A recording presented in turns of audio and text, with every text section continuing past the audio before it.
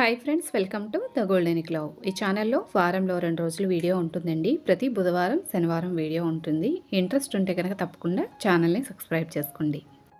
Regular followers అయి ఉంటే కనుక వీడియోని స్టార్టింగ్లోనే లైక్ చేయడానికి ట్రై చేస్తారని అనుకుంటున్నాను. వీడియో చివరిలో చేద్దాంలే అని అనుకుని ఉండొచ్చు. ఈ లోపు బోల్డ్ అని పనులు ఉంటూ ఉంటాయి కదా, మర్చిపోతూ ఉంటారు. మన కంటెంట్ ఏంటో మీకు ఆల్రెడీ అర్థమై ఉంటుంది కాబట్టి రెగ్యులర్ ఫాలోవర్స్ అయితే స్టార్టింగ్లోనే లైక్ చేసి కంటిన్యూ చేయడానికి ట్రై చేయండి. ఇంక ఈరోజు వీడియో ఏంటంటే మార్నింగ్ వ్లాగ్ అనేది మీతో షేర్ చేసుకుంటున్నాను. నిజానికి ఈరోజు టైం చూసారు కదండి, మార్నింగ్ 7 అయిందనమాట. హాఫ్ అన్ అవర్లో నేను కుకింగ్ ఎలా చేయగలుగుతాను అనేది ఈరోజు మీతో షేర్ చేసుకుంటాను. ఎందుకంటే మనం కొన్నిసార్లు ఎర్లీ మార్నింగ్ లేసి చాలా హైరాణ పడుతూ ఉంటాం. అంటే ప్రీ ప్లాన్డ్గా ఉన్నాము అనుకోండి, చక్క నిదానంగా కూల్గా లేచి వంట చేసుకోవచ్చు. కానీ ఒక్కొక్కసారి మనం అసలు ఎలాంటి ప్లాన్ లేనప్పుడు కూడా ఎలాంటి వంటలు ప్లాన్ చేసుకోవచ్చు అనేది ఈరోజు వీడియోలో మీతో షేర్ చేసుకుంటాను. ఉదయం ఎంత లేటుగా లేచినా సరే అరగంటలో కమ్మనైన వంట ఎలా చేసుకోవాలి అనేది ఈరోజైతే మనం చూద్దాము. అలాగే ఒక మంచి టాపిక్ని కూడా మీతో షేర్ చేసుకుంటాను. ఇంకా నిన్న నైటే ఇవన్నీ కూడా క్లీన్ చేసి ముగ్గులు అవి వేసి నిద్రపోయానమాట. ఇంక మార్నింగ్ లేచిన తర్వాత వాటన్నిటిని చూస్తూ ఉంటే భలే ఫ్రెష్గా ఉంటుంది కదా. మార్నింగ్ అనే కన్నా కూడా 7 అయిపోయింది కదా, చాలా అంటే చాలా లేట్ అయింది ఇవాళ. అయినా కానీ నేను ఎంత కూల్గా వీడియో ఎలా షూట్ చేసుకోగలిగాను అనేది మీతో షేర్ చేసుకుంటాను. ఒక్కొక్కసారి మనకి కాస్త నిద్రపోయి లేచేటప్పటికి లేట్ అయింది అనుకోండి, చాలా టెన్షన్ పడుతూ ఉంటాము. ఆ టెన్షన్లోనే మనకి ఎన్నో హెల్త్ ఇష్యూస్ వస్తూ ఉంటాయి. చూడండి, ఒక్కొక్కసారి హడావుడిగా పడి ఎలాగోలాగా లంచ్ బాక్స్ పెట్టేయాలి టైంకి అని చెప్పి పెట్టేస్తాము. కానీ పిల్లలు బయటికి వెళ్ళిన తర్వాత మనకి కొంచెం కళ్ళు తిరుగుతున్నట్టుగాను, నీరసంగాను అలా అనిపిస్తుంది అనమాట. అది ఎందుకంటే మనం ఎక్కువగా వర్రీ అవ్వడం వల్ల మెంటల్ టెన్షన్ ఎక్కువ తీసుకుంటాం కదా కాస్త లేట్గా లేచినప్పుడు. అలాంటప్పుడు ఇలాంటి ఇష్యూస్ వస్తూ ఉంటాయి. వాటి నుంచి తప్పించుకునే విధానం ఏంటి అనేది ఈరోజు మనం మాట్లాడుకుందాం. దానికన్నా ముందు రెసిపీని అయితే చూద్దాము. ఇంక ఈరోజు అయితే కనుక చక్కగా సింపుల్గా అయిపోయే హెల్దీ రెసిపీ అని చెప్పొచ్చు. ఎందుకంటే కిచిడి అంటే ఆరోగ్యానికి మంచిది, అందరికీ తెలిసిందే. కానీ కొంతమంది కిచిడి తినరండి. కాకపోతే ఈరోజు నేను చేసిన కిచిడి మాత్రం ఆల్ టైమ్ ఫేవరెట్, అందరికీ ఫేవరెట్ అని చెప్తాను నేను. ఎందుకంటే చాలా ఇష్టంగా తింటారు. ఈరోజు నేను మీతో షేర్ చేసుకోబోయే కిచిడి అంటే మా ఇంట్లో అయితే మాత్రం చాలా ఇష్టంగా తింటారు. ఇది వండే విధానాన్ని బట్టి ఆ రుచి అనేది ఉంటుంది. కొంతమంది ఏంటంటే కిచిడి అనేటప్పటికి కాస్త పలచగా చేస్తూ ఉంటారు కదా. పలచగా చాలామందికి ఇష్టపడరు. ఎందుకంటే మనం ఉప్మాని పలచగా తినడానికి ఇష్టపడతాం, కానీ కిచిడిని పలచగా తినడానికి ఇష్టపడం. కాకపోతే పలచగా చేసింది బాగుంటుంది, అలాగే ఈరోజు మనం చూడబోయేది కూడా బాగుంటుంది. కానీ ఈరోజు మనం చూడబోయే కిచిడి అయితే మాత్రం పిల్లలకి లంచ్ బాక్స్లో పెట్టడానికి కూడా చాలా బాగుంటుంది. ఈ ఒక్క కిచిడి ఉందంటే చాలు, పని మనకి ఎంత తేలిక అవుతుందో తిన్నవాళ్ళు కూడా అంత కమ్మగా ఫీల్ అవుతారనమాట. అంత బాగుంటుంది. ఇంకా లేట్ చేయకుండా రెసిపీని అయితే చూసేద్దామా. ఫస్ట్ అయితే కావాల్సిన వెజిటేబుల్స్ ఏ ఉంటే అవి. మన దగ్గర ఇవే ఉండాలి అని లేదండి. నేను కట్ చేసిన వాటిలో కొన్ని లేకపోయినా కూడా మీరు స్కిప్ చేసి చక్కగా ఉన్న వాటితోనే చేసుకోవచ్చు. ఇంక ఇక్కడ నేనైతే కనుక ఒక గ్లాసు నార్మల్ రైస్, మనం రోజు ఇంట్లో వాడుకుంటూ ఉంటాం కదా, ఆ రైసే తీసుకున్నాను.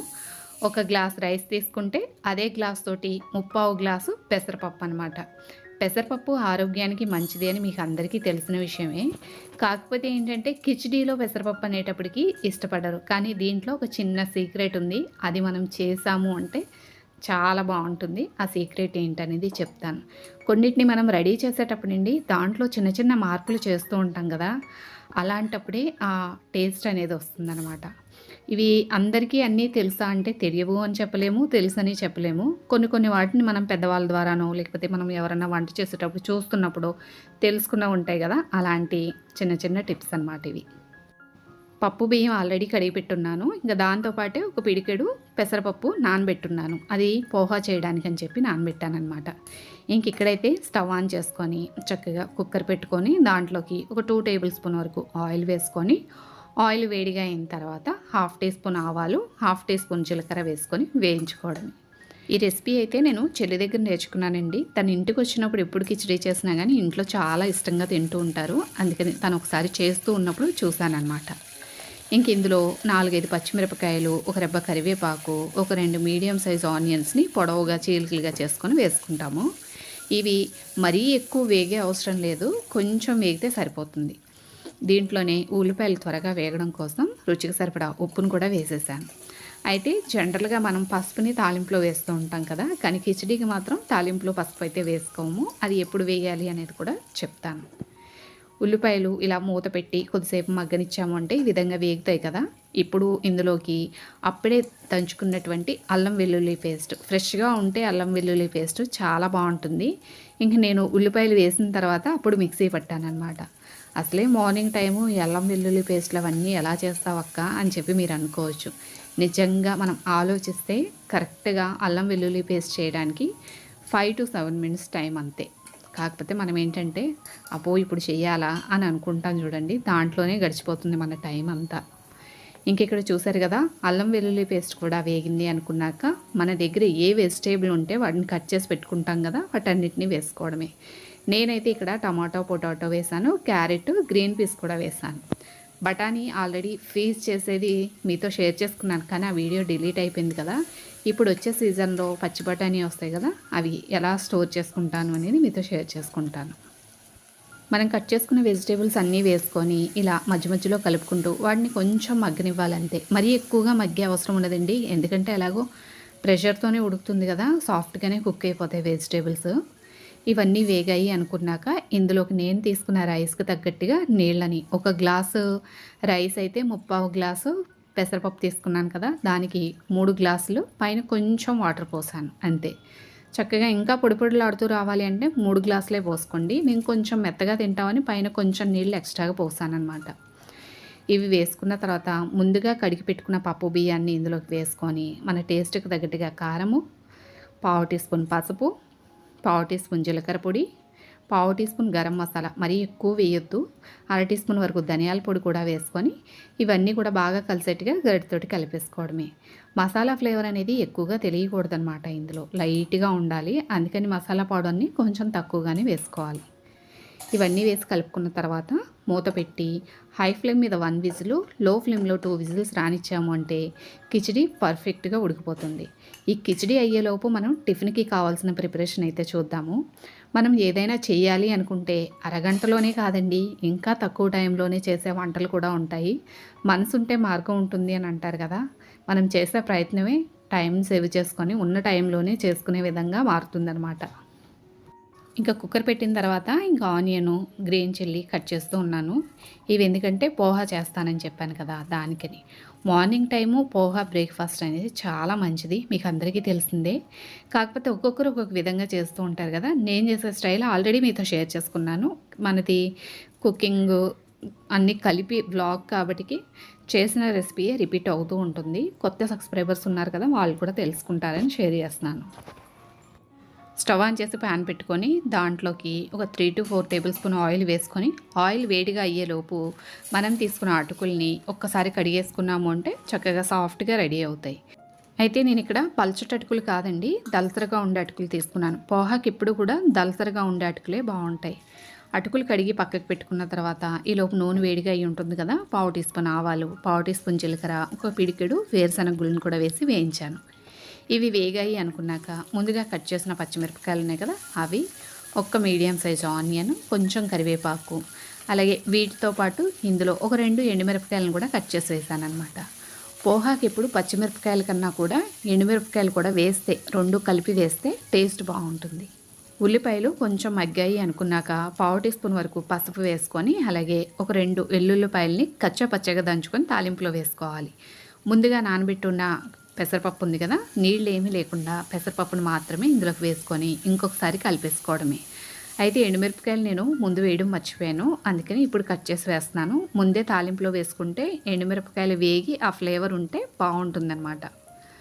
ఎండుమిరపకాయలు కూడా వేసుకున్నాక ఒకసారి బాగా కలుపుకొని ఇప్పుడు ఇందులోకి మనం ముందుగా కడిగి నానబెట్టుకున్న అటుకులు ఉన్నాయి కదా, అవి ఇందులోకి వేసుకోవడమే. అయితే కొంచెం ఇంతకన్నా పలచగా ఉన్న అటుకులు ఉన్నాయనుకోండి, అవి కడిగి డైరెక్ట్ అయినా వేసుకోవచ్చు. కాకపోతే కొంచెం మందంగా ఉన్న అటుకులు కదా అని చెప్పి ముందే కడిగి నానబెట్టేసాను అనమాట. ఈ అటుకులు మొత్తాన్ని ఇందులోకి వేసుకున్న తర్వాత ఇప్పుడు ఇందులోకి రుచికి సరిపడా ఉప్పు, మీకు ఒకవేళ కావాలి ఇష్టం ఉంటే కనుక ఈ స్టేజ్లో మీరు కొబ్బరి తురుమును కూడా వేసుకోవచ్చు.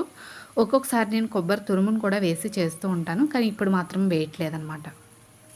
ఉంటే కొబ్బరి తురుము కూడా వేసుకోండి, ఆ టేస్ట్ కూడా చాలా బాగుంటుంది. ఉప్పు కూడా వేసుకున్నాక ఒకసారి బాగా కలిపేసుకుంటాము. కలుపుకున్న తర్వాత దీన్ని మూత పెట్టి ఒక 2 నిమిషాల పాటు మగ్గనివ్వాలి. ఆవిరి మీద అలా కుక్ అయ్యేటప్పటికి ఫ్లేవర్స్ అన్నీ కూడా అటుకులకి చక్కగా పడతాయి. చూసారు కదా, చిన్న మంట మీద ఈ విధంగా మూత పెట్టి ఒక 2 నిమిషాలు ఉడికించాము అంటే చక్కగా మనకి పోహ అనేది ఆల్మోస్ట్ రెడీ అయిపోయి ఉంటుంది. ఒకవేళ మీకు పోహ ఏమాత్రం పొడి పొడిలాడుతూ తింటే గొంతు పట్టేస్తుందేమో అని డౌట్ ఉందనుకోండి, ఈ స్టేజ్లో ఒకసారి బాగా కలుపుకొని దీంట్లో కొన్ని నీళ్ళని చిలకరించుకొని వేసుకోండి. ఇలా నీళ్ళని చిలకరించుకోవడం వల్ల అటుకులు ముద్దయిపోకుండా ఉంటాయి, తినేటప్పుడు కూడా కొంచెం పొడి పొడిలాడుతూ మరి గొంతు పట్టేస్తుందనే ఫీలింగ్ లేకుండా ఉంటుంది. మరీ ఎక్కువగా పోసుకోవద్దు, కొంచెమే చిలకరించుకోవాలి. ఇలా చిలకరించుకున్న తర్వాత కలుపుతూ ఇంకొక నిమిషం పాటు మగ్గనిచ్చాము అంటే మనకి పోహ అనేది రెడీ అయిపోయినట్టే. ఇది ఆవకాయ పచ్చడితోటి చాలా బాగుంటుందండి. ఆవకాయ పచ్చడి వేసుకొని ఇది కలుపుకు తింటూ ఉంటే భలేగా ఉంటుంది. మార్నింగ్ బ్రేక్ఫాస్ట్గా కానీ ఈవినింగ్ డిన్నర్గా కానీ ఎలా తీసుకున్నా కూడా టేస్ట్ చాలా బాగుంటుందండి. ఇంకా మార్నింగ్ బ్రేక్ఫాస్ట్గా నేనైతే పోహా చేశాను. ఒక పక్క కిచిడి కూడా పెట్టున్నాను కదా, ఆల్మోస్ట్ వంట అయిపోయినట్టే. అయితే మార్నింగ్ టైం మనం ఎంత హడాబడి పడి కుక్ చేసినా సరే ఒక్కొక్కసారి మనకి కుక్కర్లో ప్రెజర్ పోక టైం అయిపోతుందనే టెన్షన్ ఉంటుంది కదా, దానికి కూడా ఒక టిప్ షేర్ చేస్తాను. ఇంక ఇక్కడైతే నేను టీ పెడుతూ ఉన్నాను. మీకు అందరికీ తెలిసిందే, మా ఇంట్లో అయితే మాత్రం టీ చాలా ఇష్టంగా తాగుతూ ఉంటారు. కాకపోతే ఆ టీని కూడా ఒక్కొక్కసారి ఒక్కొక్కలాగా పెడుతూ ఉంటాను నేను.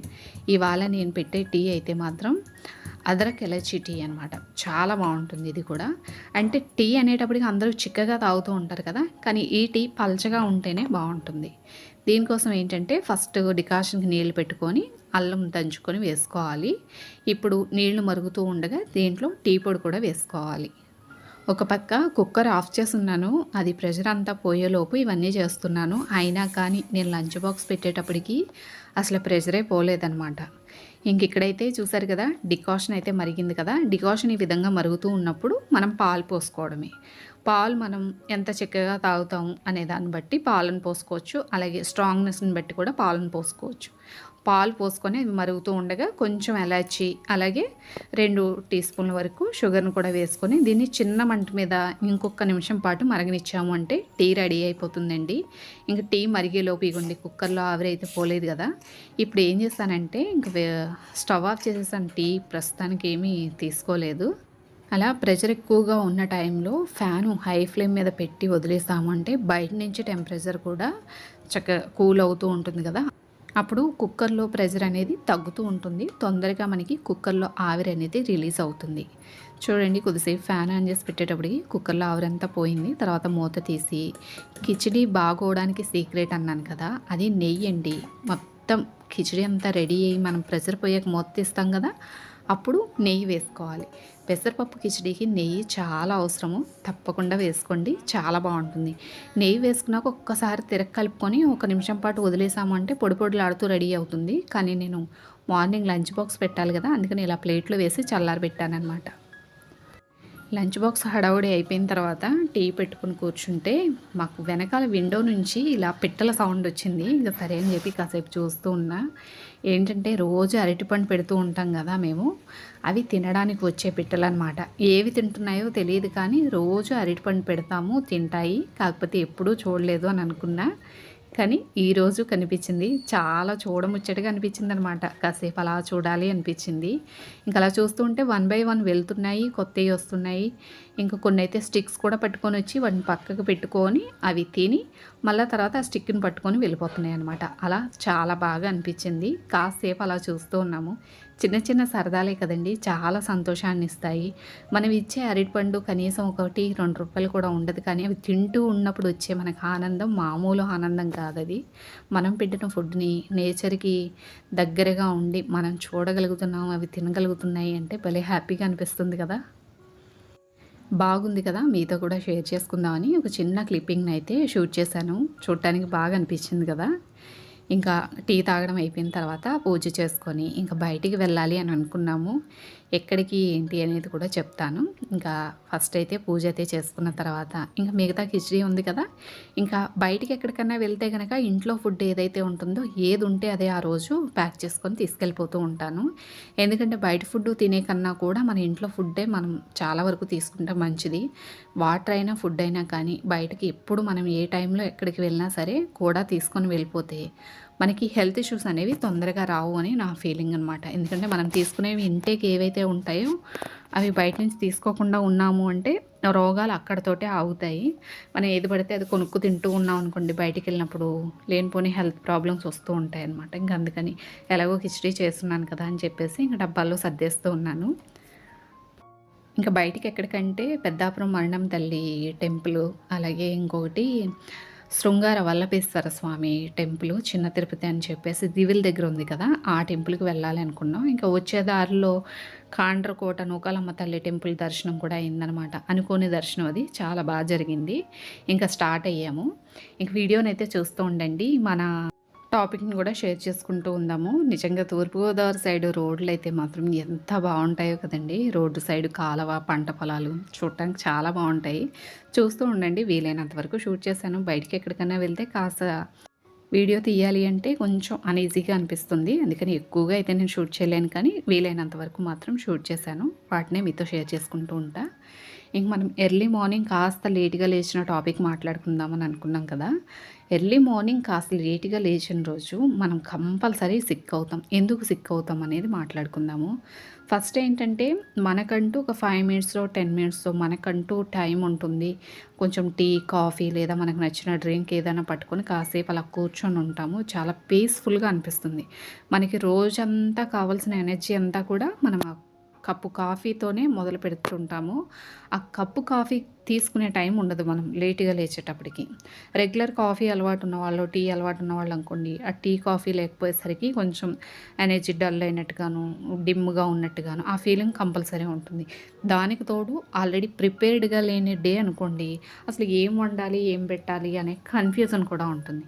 ఇవన్నీ మిక్స్ అయ్యి ఏమవుతాయంటే మన షుగర్ లెవెల్స్ని డౌన్ చేసేస్తాయి. డౌన్ చేసేటప్పటికి మనం ఏం చేస్తాము, అయ్యో పిల్లలకి పెట్టాలి, ఆఫీస్కి బాక్స్ పెట్టాలి, లేట్ అయిపోతుంది, ఏదో ఒకలాగా మనం పరిగెట్టి బాక్స్ పెట్టేయాలి అనుకుంటాం. నిజానికి మనం పరిగెడతాం సరే, తర్వాత మనం సిక్ అయిపోతూ ఉంటాం కూడా. ఇది ఎలా చెక్ పెట్టొచ్చు అనేది మాట్లాడుకుందాం. ఫస్ట్ మనం లేట్గా లేచిన రోజు టైం చూసి కిచెన్లోకి వచ్చి కంగారు పడడం మానేయాలి. ఎందుకంటే ఆ కంగారులో మనకి ఐడియాలు కూడా ఏమీ తోచవన్నమాట. ఈజీగా చేసుకునే రెసిపీస్ ఎన్ని ఉంటాయో తెలుసా అండి. సింపుల్గా అయిపోయే పులావులు, కోడిగుడ్డు పొరుటు, లేదంటే ఇప్పుడు నేను చూపించిన కిచిడి, ఇలాంటివి చాలా సింపుల్ అనమాట. ఇలాంటివి చాలా ఉంటాయి. యూట్యూబ్లో మనం లంచ్ బాక్స్ రెసిపీస్ అని టైప్ చేస్తే మనకి ఎన్ని కనిపించవు. అందులో ఎంత ఈజీగా అయిపోయేవి కూడా చాలా ఉంటాయి. అవి చూసుకొని సెలెక్ట్ చేసుకున్నాము అనుకోండి, 1, 2 స్టోర్ చేసి పెట్టుకున్నామంటే భయం ఉండదు మనకి. అలాగే ఇడ్లీ పిండి, దోస పిండి లేని రోజు కూడా అరే లేట్గా లేచాము, ఎందుకు ఎంత లేట్ అయిపోయింది, ఏం చేయాలి అని చెప్పి కంగారు పడిపోతూ ఉంటాం. అలాంటప్పుడు కూడా మనం నిదానంగా కాస్త ఆలోచించగలిగితే పోహా అని, ఉప్మా అని, సేమియా ఉప్మా అని, ఇవేమీ వద్దనుకుంటే బ్రెడ్ ఆమ్లెట్ అని, ఇలాంటివి కూడా చాలా ఉంటూ ఉంటాయి. మనం ఆలోచించాలంతే. కాకపోతే మనం ఏమనుకుంటామంటే అసలు ఫ్రిడ్జ్లో పిండ్లు లేవు, టైం అయిపోతుంది, వంట ఏం చేయాలో తెలియట్లేదు, ఇవన్నీ కంగారు పడుతూ ఉంటాం. అందరూ ఆఫీస్కి, స్కూళ్ళకి వెళ్ళిపోతారు. మనం లంచ్ బాక్స్ అవన్నీ కూడా ఎలాగోలా కంగారు పడి పెట్టేస్తాము. తర్వాత మనం కళ్ళు తిరిగి ఇంట్లో పడ్డామనుకోండి, ఆ టైంకి ఎవరు లేకపోతే మన పరిస్థితి ఏంటి? దీనికన్నా బెటర్ ఒక 2 నిమిషాలు మనం ఆలోచించగలుగుకున్నాం అనుకోండి, చాలా నిదానంగా లంచ్ బాక్స్ని అయితే సర్దుకోవచ్చు. అసలు ఎవ్వరు కూడా టెన్షన్ పడొద్దండి. అంటే తెలియదని కాదు, మీకు అందరికీ బిగినర్స్ ఉంటారు, తెలుసుకుంటారు అని చెప్పి షేర్ చేస్తున్నాను. మనకి ఏ విషయంలోనైనా సరే, మార్నింగ్ లంచ్ బాక్సే కాదు, ఏ విషయంలోనైనా సరే మనోధైర్యం అనేది చాలా అవసరం. మనోధైర్యం అంటూ ఉందనుకోండి, మార్గాలు బోల్డ్ అని కనిపిస్తాయి. అది వంటకే కాదు, దేనికైనా సరే మనం ఫస్ట్ ధైర్యంగా ఉండగలగాలి. అప్పుడు మిగతా ఐడియాలన్నీ వాటంతట అవే వస్తాయి అన్నమాట. ఇది మీకు జస్ట్ ఒక రిమెంబర్లా ఉంటుంది అని చెప్పి షేర్ చేశాను అంతే అండి. ఇందులో మిమ్మల్ని ఏమి మీకు తెలియదని కానీ ఏమీ అనట్లేదు నేను. దీన్ని అర్థం చేసుకుంటారని అనుకుంటున్నాను. ఇంకా మేమైతే గనక ఆల్రెడీ శృంగార వల్లభేశ్వర స్వామి టెంపుల్ అయింది, కాండ్రకోట దర్శనం కూడా అయింది. ఇంకా పెద్దాపురం వచ్చామన్నమాట. పెద్దాపురం అంటే తూర్పుగోదావరి సైడ్ ఉన్న వాళ్ళందరికీ, మీకు అందరికీ తెలిసే ఉంటుంది. పెద్దాపురం మరణమ్మ తల్లి జాతర జరుగుతుంది ఇప్పుడు ఆషాఢ మాసం అంతా కూడా అమ్మవారికి పూజలు జరుగుతూ ఉంటాయి. ఇంకా వెళ్ళాలి అనుకున్నాం ఒకసారి, కానీ ఈ రోజే వెళ్తామని అసలు అనుకోలేదు. కాకపోతే ఏంటంటే మేము వెళ్ళిన రోజు కొంచెం ఖాళీగా ఉందన్నమాట. బాగా ఖాళీగా ఉండి చక్కగా అమ్మవారి దర్శనం చాలా అంటే చాలా కూల్గా ఎదురుగా అమ్మవారి ఎదురుగా, కనీసం మేమైతే కనుక ఒక 7 మినిట్స్ అలా ఎదురుగా అమ్మవారి ఎదురుగా ఉండి దర్శనం చేసుకున్నాము. అంత ప్రశాంతమైన దర్శనం ఇచ్చారు అమ్మవారు, చాలా బాగుంది. చిన్నప్పుడు అమ్మా నాన్నలతో వెళ్ళినప్పుడైతే గనక కొంచెం సర్కస్ అని అదని ఇదని చాలా హడావుడి ఉండేది. కానీ మరి ఇప్పుడు అసలు ఎక్కడ సర్కస్ అవన్నీ పెడుతున్నారు ఏంటి అనేది ఏం తెలియలేదు. జస్ట్ దర్శనానికి వెళ్ళి వచ్చేసామనమాట.